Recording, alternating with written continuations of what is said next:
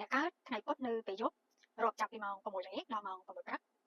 ត្រូវបានគេចាត់ទុកថាជាថ្ងៃពិសេសមួយដែលខុសពីថ្ងៃពុធពេលថ្ងៃអត្តចរិតនិងលក្ខណៈបុគ្គលក៏ជាមនុស្សដែលមានភាពវៃឆ្លាតមានភាពរហ័សរហួនមានល្បិចកល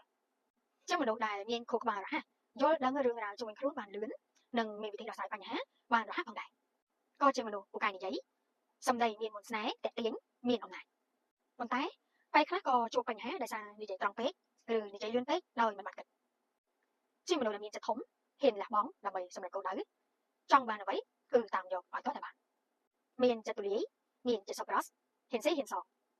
ក៏ជាមនុស្សចូលចិត្តការផ្សងព្រេងនិងមិនចូលចិត្តធ្វើអ្វីឬនៅកន្លែងដដែលៗនោះឡើយចូលចិត្តស្វែងរកអ្វីដែលថ្មីៗនិងប្លែកៗសម្រាប់ជីវិតចំពោះអាជីពដែលស័ក្តិសមតើតើនឹងការជួញដូរការចរចាសិល្បៈឬការងារអាជីវកម្មណាដែលតម្រូវការឲ្យមានភាពបត់បែនលឿនក៏មានសមត្ថភាពធ្វើជាអ្នកដឹកនាំនិងអ្នករៀបចំផែនការដ៏ល្អផងដែរ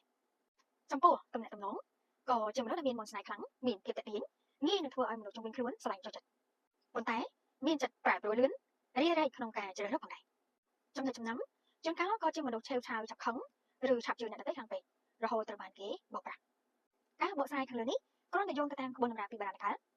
អត្តចរិតរបស់មនុស្សម្នាក់ៗអាស្រ័យលើមជ្ឈដ្ឋានជុំវិញខ្លួនកម្រិតនៃការអប់រំនិងបទពិសោធន៍របស់ឆ្លងកាត់ផងដែរអរគុណ